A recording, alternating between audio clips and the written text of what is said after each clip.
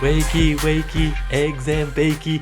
Welcome back to PM in the AM, a comedy podcast for listeners of all ages. The show designed to make you laugh out loud no matter where you're listening. Each week we take a deep dive into some ridiculous internet topics. And this week, obviously going to be a little bit of a Christmas theme. Really excited for that. My name is Porter McNeely. I am joined by Blake Bushman as we strive to bring you a seasonal episode, 30 minutes of humor. And Blake, I got to know, how are you doing this week? Phenomenal. I mean, I loved the intro there. It was topical. Like you said, it was seasonal. It's great intro. I think that ranks amongst your best, really. Now, if you're listening to this in like July, then I mean, then that was a stupid intro. But other than that, it was great.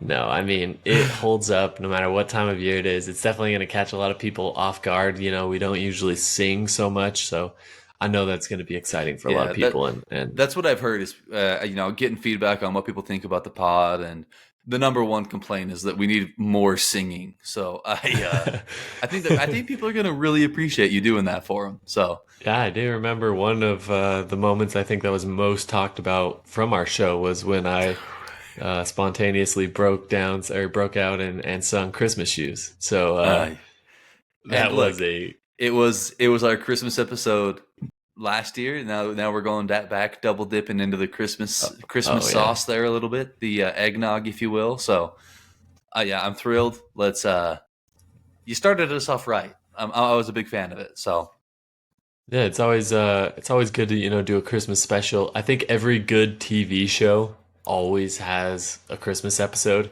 and like you said, it's almost like a double dip because they're doing it every single season. It might not have even been a full year since the last Christmas episode, but they just pump it out because it's always good, it's always easy. And we're gonna kind of do the same thing today, bringing back one of our most classic segments. This is one of our most favorite segments and one of the most creative things I think we've ever done. And that is our Two Truths and a Lie Hallmark movie edition. We come up with the movie plots for a fake movie. We've got two real ones in there, and the other host is going to be guessing which one is fake. These are absurd love stories. These are hysterical flicks. So you're definitely going to want to stay tuned for that.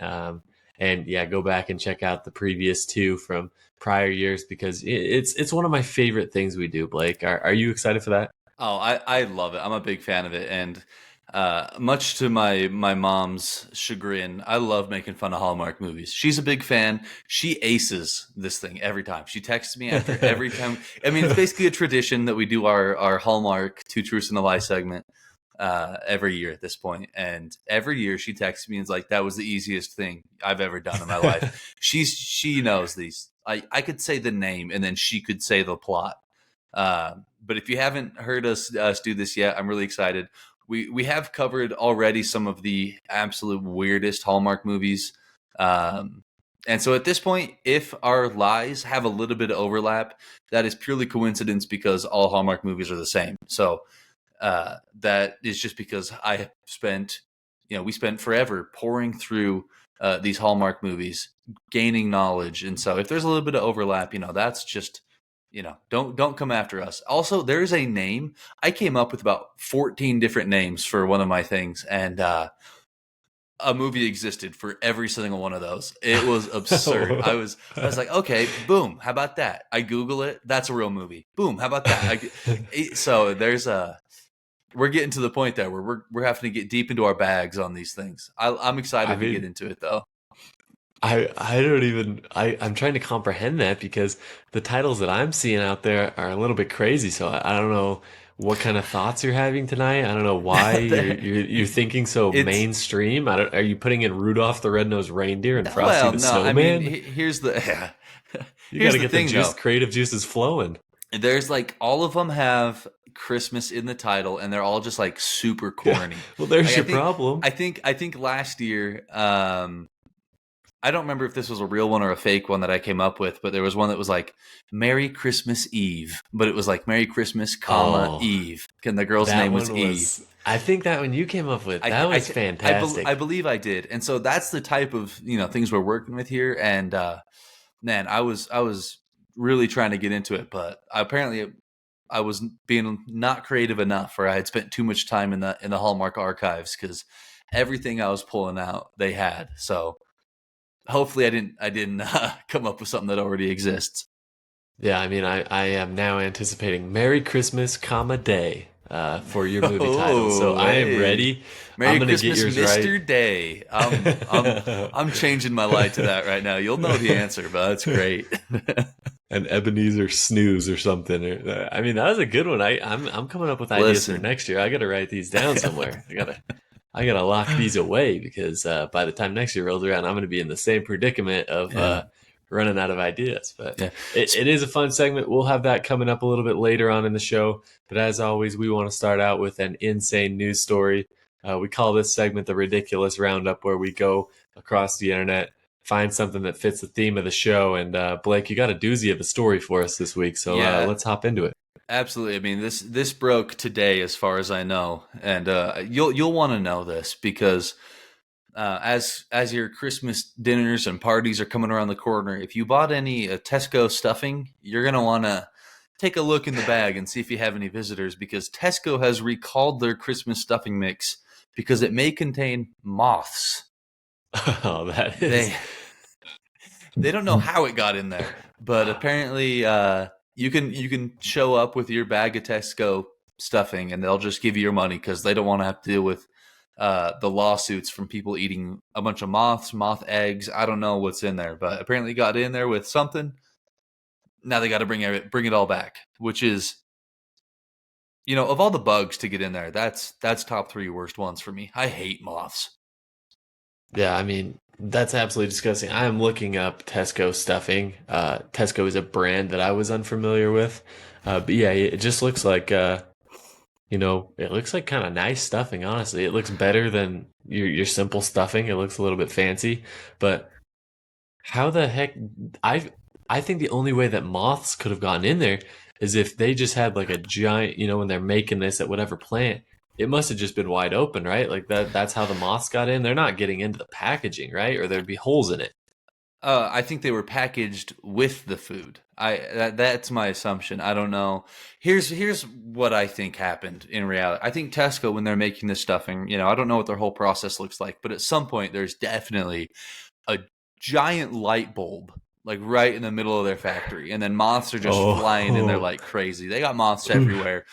And you got little Susan there just trying to pack up as many boxes as she can so she doesn't get fired. And uh, every now and then a moth or two gets in. She has no way of knowing, but you can't put the boxing station next to the big light bulb. That's a Have you factory I rule mean 101.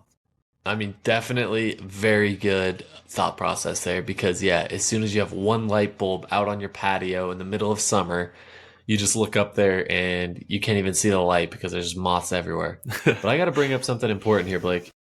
Have you ever like smashed a moth with your hand? Like just bare knuckled that thing. Yeah, yeah, just like caught one out of Not the air and it just killed it. not to my knowledge. No, I usually stay as far away from moths as possible. Okay, I mean, sometimes as a man, you have to man up and catch a Mm, moth that's pestering your wife. Uh, mm, Something that obviously you can't relate to. But no. let me share what happens when a man of similar stature does something like that. Mm. When you squish a moth, it's like chalky and disgusting. So I cannot imagine biting into a moth. That is Joke. like Little do we graphic. know, moths have been part of this Tesco stuffing recipe for years. They're just Oh, one that didn't get quite blended up all the way. yeah, honestly, they were just trying to pull one over on somebody, a little holiday moth stuffing. Man, Yeah, yeah, Chris Moth, as they're calling it. this is like a Blake pro tip this week, helping out the shoppers this Christmas season, keeping everybody's family safe. Yeah, I mean, shout out to you, Blake, for doing such a in-depth dive. Can you think of anything worse? I don't know if we've gone through a lot of news stories, but I don't know if we've heard of any worse animals or similar things getting into food, have we? No, like I said, moths are awful. I mean, this is a little bit of a tangent, but I had a terrible fear of moths when I was a kid because I was really worried they were going to eat all my clothes. I heard What? that they were like they love to eat clothes, and I was like, oh no, I knew I was going to open up my closet and my shirts were all going to look like Swiss cheese from the moths. Like it was, I was terrified of those things. So to me, uh, moths might as well be public enemy number one, especially when they're going into my food. I mean, obviously, there's as far if you want to talk about bugs in your food, like dung beetle is probably number one, but And moths that just lives as up an to its enemy. name? Does it just taste like dung, or does it Do you not know what a crawl dung through beetle dung? is? I have no idea. Let me fill you in. Have you ever seen A Bug's Life? It's been years, maybe Okay, like 20. I shouldn't even ask because I'm not sure that a dung beetle's in Bug's Life. But if you ever see a beetle, so that was unrelated. I was just Have you ever curious. seen A Bug's Life? Good have you movie. All right, moving on. have you ever seen The Incredibles? No. If you ever see like a movie or anything of, and I know it's out there somewhere, of a beetle that's like rolling a ball. Is it like the rhino beetle? No, that's a dung beetle, dude. It's It rolling a has like a ball of rhino face though. I mean, I don't know. You want me to Okay, look up a picture? let me look I, this up. Keep going, I, keep going. Let me look it up. anyways, if you see that, I'm pretty sure they just like find like animal droppings of whatever, and then they just like roll it into a ball, and like I don't know if they eat it or whatever they do with it. Just like they're hoarders, and they like to collect unique dumps. Um, Yeah, let me but do a little screen share as you're talking through as this. far as I can tell, they just basically are playing around with poop all day. So if I could choose $1 to stay away from my food, that would be it for sure. Yeah, I Yeah, mean that's fair, yeah. as you can See, now see. That is a I mean, are we sure that's that's poop? a That looks like a Reese's that puff. is a crunchy looking beetle, by the way. Imagine biting into That that is, thing. oh yeah, that's actually true. Beetles with that crunch, and there's like green goop that comes out of them sometimes. Yeah, that's a very fair point. See, this rainbow dung beetle is what I think I was referring to. Can you see this guy now? That Ah, okay. is more along the lines of what I understood it as. But Yeah, I I love mean, the name of that article, "The Infection of the Dungs." And just so you know, I did look up why is it called the dung beetle. Um, and according to animals.sandiegozoo.com, dung beetles dung beetles do just what their name suggests. They use dung of other animals in unique ways, blah blah blah blah blah. It doesn't really tell you what they do with it, but they do like they're big fans of dung as far as I'm concerned. I mean, they're named after it. So I mean, I definitely feel like that article was a little misleading because we came up with like 18 different hypotheses of what a dung beetle could actually do and why that was the name. mm. I don't think their name really suggests that they're rolling turd balls around, but either way, don't want Did it you in want my it to be holiday called the rolling stuffing. turd ball beetle? Is that I think if that was the case, I think then the San Diego Zoo would more appropriately say that the name describes what it does. I'm mm. just saying I'm blaming the zoo. I'm not blaming you, Blake. I Okay, want the no? zoo to be more straightforward. Yeah, I mean that's our source that we're going to for information, and really that's why people come to us is to really get down to the brass tacks of what different The types of brass beetles are. tacks. So, did I use that correctly? I've never heard that before. I have no idea. Oh, well, we're going to pretend like I used it correctly because I think I nailed it. But I mean, it sounded so really come intelligent. come to PM in the Shouldn't have, AM podcast for all of your sayings and beetle facts. This is for sure. But yeah, I mean, I think you hit on a really good one. I think the other dangerous animal or animal dropping, you gotta turn your thoughts towards rats, right? Like, if anything, mice or rats related, or I mean, potentially bat related, like any of those Hmm. things. Obviously, keep that out of Dude, your stuffing. speaking of bats, real quick, is there another animal? Yeah, just what this is going off the rails real Just quick. forget the past 4 years. Do you know? So you know what guano is, right? We're No, we're all, I we're all don't. familiar. Oh, so guano, as far as I know, is bat poo, and And why is it not just called bat poop? that's what I was going to bring up. Are there other animals that have their own unique name for their poo, or is bat poo just something special? Because if you ask the majority of people what guano is, bat guano, like they know what that is, and I don't know why it has its special name, but I've always wondered that. So do with that what you will. Yeah, that's causing me to have like a deep thought of like, I mean, we're the Mm. ones naming it, so why did we choose to name it something different than any other animal? But maybe because it's more lethal, maybe because it's more dangerous. I have no idea. Uh, I didn't even know it was called that 5 seconds ago. So, Yeah, I looked it up. There's not a real reason for it, as far as I can tell. But it is not just bats; it's bats and seabirds. So, uh, bats and seagulls got that in common. Of they got the guano. so I can't go take They a got the special guano. poops. They are the dung beetle's number one fan, or guano beetle, if you will. Okay.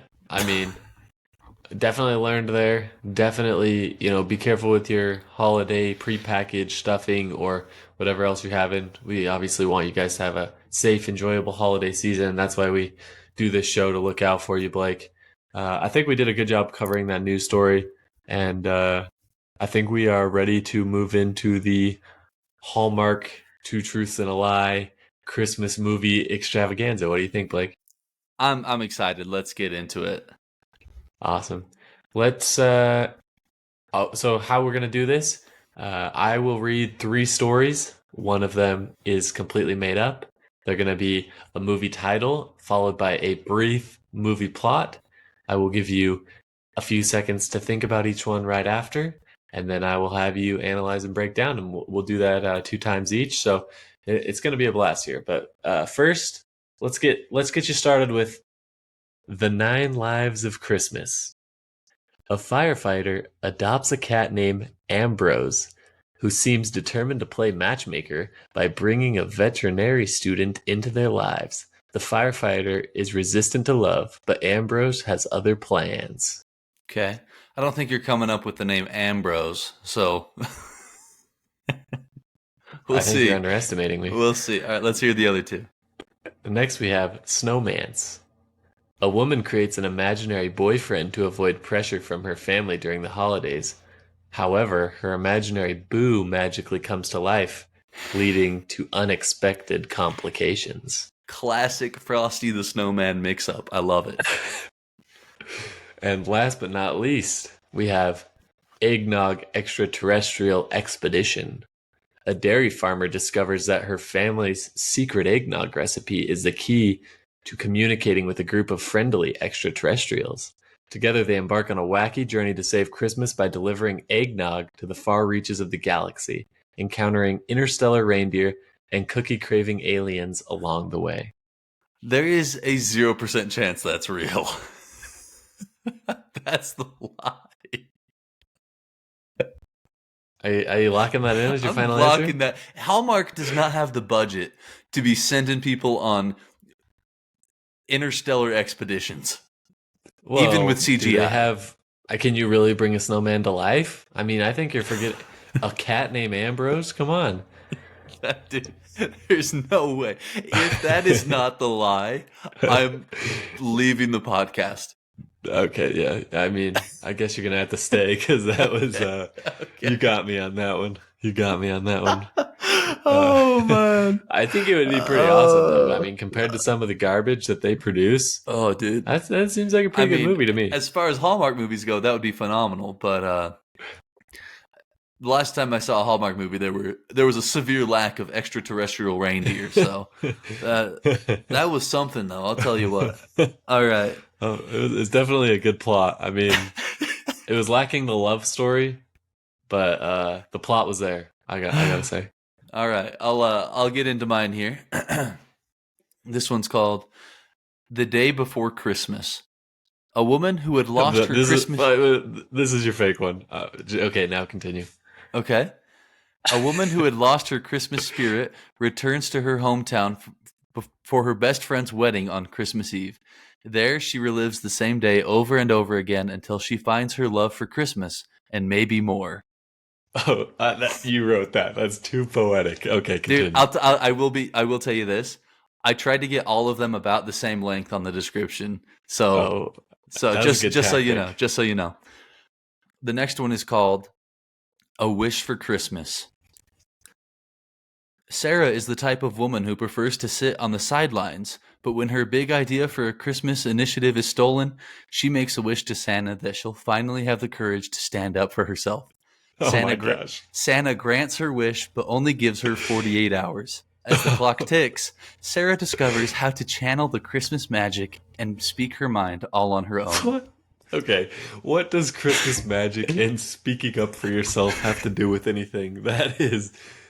That is crazy, but I almost I don't want to believe that's true.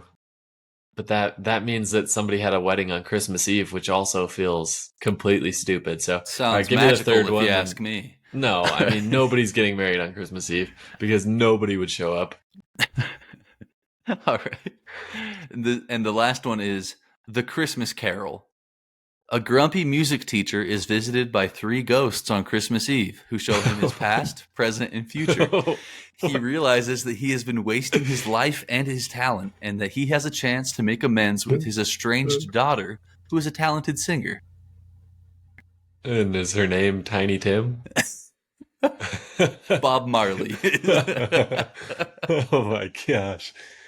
I don't I mean, are they gonna like be allowed to call it the same name as the old Oh, Ebenezer well, hold Scrooge on, hold on, classic? hold on. The Ebenezer Scrooge classic is a Christmas Carol. This is Oh the Christmas Carol. gosh. I don't know if I've ever been so lost on this before.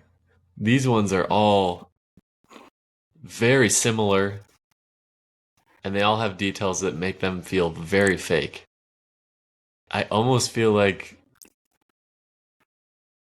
I mean, I actually don't have any feelings of which one it is because they all were very good. I mean, shout out to you, Blake. This was Oh. a really good selection. And so I still am stuck on the Christmas Eve wedding, but Hmm. I feel like I can envision that in a Hallmark movie because it's not real life, obviously. People wouldn't show up if you actually did it on the 24th. But because it's Hallmark, everybody's going to show up. They're probably wearing green and red suits and Santa hats or something wacky like that. Um, the standing up for yourself, I mean that was just hilarious. I mean, I really hope this lady was wishing to Santa that she could finally stand up for herself and take initiative. A And Wish so for for that Christmas. reason, I'm gonna guess that the Christmas Carol is made up.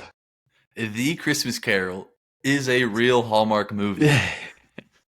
you were Dang. you were right off the rip. The Day Before Christmas is the Uh, lie. I shouldn't have second guessed myself and then third guessed myself and allowed myself to Yeah, go with the third choice there. yeah, a I had little it on lock. Groundhog Day inspiration on that one. So, Dang. No, I mean, excellent job. The wedding should have totally given it away, but I mean, great work on those three. All right, you ready for more? let's do it. All right. First, we have Evergreen Dreams. A successful landscaper lands a project pruning and decorating a small town's Christmas trees. Upon arrival to the town, he meets the new mayor. Her demands for perfection immediately annoy him, but amidst the twinkling lights, snow covered gardens, and the scent of fresh pine, the pair decorate the Christmas tree together and see each other in a new holiday light that sparks a cozy holiday romance. Ooh, The that's next one we got is you're A already Heavenly laughing. This Christmas. is the lie. I don't even know what it is yet. You No, no, no, no, no, no, no, no, no. Let me get through my three before you okay? start. I mean, give me a chance here. All right. An ambitious young woman dies unexpectedly and is given a chance to earn her wings by helping a struggling singer and his widowed father find happiness during the holiday season. Oh, what was the name of that one? A Heavenly Christmas. Ah, okay. I can see And that. I can see that. and last but not least, we have Santa's Boots. A woman inherits a shoe store and discovers a magical pair of boots that were made by Santa's elves. The boots have the power to help her find true love. Yeah, I think you went. I think you're trying to trick me, and you went back to back. The last one is the lie. I'm going. Santa's Boots is not a real movie. Guess again. Okay, then the first one because the description was way too long. Yeah, the first one. But the second one, I kind of want to watch. It sounds so sad, dude. It's just like a Oh man. person dies, and then I guess, I mean, maybe it has a happy twist because she earns her wings. I don't know what Yeah. that means, but I guess that Have you seen means that she becomes an Spirited? angel. No. It's the Christmas movie that came out I think last Oh, year I think with maybe Ryan we did Reynolds watch and it. Will Ferrell. Yeah, yeah. It's like a Christmas Carol, but like a musical version. But Uh-huh. basically, I think that was like the plot. So I was like, Oh, okay, really? I can see that. Yeah. So So this was 2016, so you're telling me that they ripped off A yeah, but Heavenly Christmas? then they hired Ryan Reynolds and turned it into a musical. Totally different. Oh, okay. I mean, as long as they're singing, it's fine, right? Now you caught me on the Evergreen Dreams. I didn't really notice the description length, and then as I was reading, I was like, I Sick. gotta find a way to shorten this, but I couldn't take out the That's why. best, like the poetic part of it. Yeah, that's why I tried to make them all the same length because that's usually a I, giveaway. Even then, I still got it wrong. So, all right, very smart move. we'll Very, get very it. seasoned move from you. Yeah, look, I'm a veteran in the two truths and a lie space here. And with that, we'll get into my last three here. And the first one is mistletoe magic. A journalist is assigned to write a story about a small town that claims to have the most magical Christmas ever. He arrives there with a skeptical attitude, but soon becomes enchanted by the festive atmosphere and the warm Gosh. hospitality of the locals. I, I hate thinking that you wrote this. I hate thinking that you are just giggling at your laptop typing these up. Okay, continue. He also meets a lovely baker who owns a shop called Mistletoe Magic, where she makes delicious treats and grants wishes. She helps Oh him gosh, rediscover the Grant's joy wishes. What the? of Christmas and the power of love. The next one here is That was almost exceptionally poetic again. All right, look, continue. it's phenomenal. The next one is called The Holiday Inn. A struggling innkeeper is about to lose his family business due to a ruthless developer who plans to tear down the historic building and build a luxury hotel. He gets an Sounds like unexpected Yellowstone. visit from a charming guest who turns out to be a famous writer. She decides to write a glowing review of the inn, hoping to boost its popularity and save it from demolition. Along the way, she finds herself falling for the innkeeper, who doesn't know her true identity. Hmm. Hmm. What is she, And the Santa Claus or something? well, she's a writer, a famous writer. Oh, That oh, was the okay, okay. And the last one is wish upon a Christmas star. A woman makes a wish on a shooting star, hoping to find her true love by Christmas. The next day, she meets a handsome stranger who seems to be everything she dreamed of. But he has a secret. He is actually an angel sent to grant her wish. He falls in love with her, but has to return to heaven on Christmas Eve unless she can convince him to stay. What is with the Christmas angels this year? I mean, and falling. She can convince him to stay if they're in love, but he's an angel. I mean, I think I smell a plot hole, and I'm trying to think. I don't think you went number three in the last one. I think you went number one. So I bet you switched it up. I'm gonna take the third one here and assume that the human angel relationship movie did not get budgeted by Hallmark to be produced. You would be correct in that assumption. It yeah Thank heavens. But they I can't spent believe we both went somehow with the angel route. I can't believe that's such a popular Christmas theme. it's Christmas is a heavenly time there, and Yeah, true. so angels apparently are a big deal right now. They're all the rage. So we each went 1-1 though. So I think that was pretty good. We split the score on that one. Oh yeah, I mean, definitely one of my favorite things that we do. Always, brings up the laughs, especially when I'm just thinking about you saying something like the mistletoe magic bakery. They're cooking up more than just baked goods. Yeah. All that I can't poetry believe you stuff thought you're that one saying. was real. There was a zero. As I was reading it, I was like, "There's no way this is a real movie. There's a Yeah, zero I mean, percent chance." that has got to be a brutal movie. The one for me that out of my list that shocks me the most is probably the cat one. That a cat is like helping a firefighter and a Yeah, playing. veterinarian fall What in was it? love. Was it Like, playing Lovemaker? Is that what it said yeah, there? but Yeah, I like, mean, who came? Like, we're gonna have a veterinarian and a firefighter. They're gonna fall in love, and it's gonna be Christmas, and it's gonna happen because of a cat. Like, who gave that a check mark when they were like, "We're gonna throw money at this project"? I cannot look, understand that.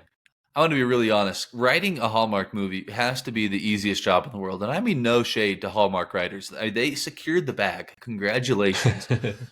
But here's all you have to do.